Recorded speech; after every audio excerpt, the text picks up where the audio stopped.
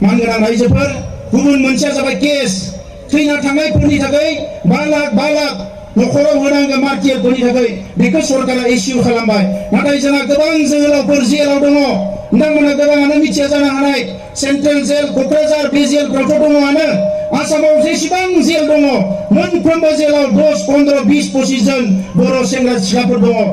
गोबाङानो मिथिया गावहा मा केस दङ बेखौ गोबाङानो मिथिया।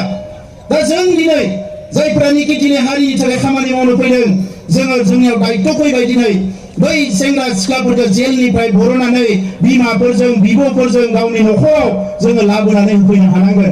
अब्लासो बर' आन्दोलना साक्सेस जागोन। मोनसे समाव सरकारा फोसावबाय फासि होनो होननानै सानै जोहोलावफोर नोंथांमोनहा थांनानै चिराङाव जोङो गिलु बालु आन्दोलन खालामनानै सरकारखौ सिगिदों। आन्दोलना जोबाखै। दा फासि होयोबा अरा आरो बारासो जोंगोन। जोङो बिथांमोनखौ सिगिदों।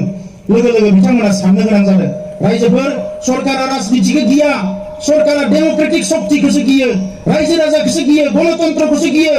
आरो बर' हारिखौ दिनै गोबां हारिया टायार सावदों, बन्द होदों, सुक्ति जानो मोना होननानै। बिनि उनावबो सरकारा मानो जोंजों गोरोबथा खालामखो? मानोना जोंनि शक्तिखौ गियो। ओंखायनो रायजोफोर जों खौसेयै थानांगोन। जों खौसेयै थानांगोन। बेखिनि खोथाखौनो बुंबाय। उनाव लोगो मोनबावगोन रायजोफोर।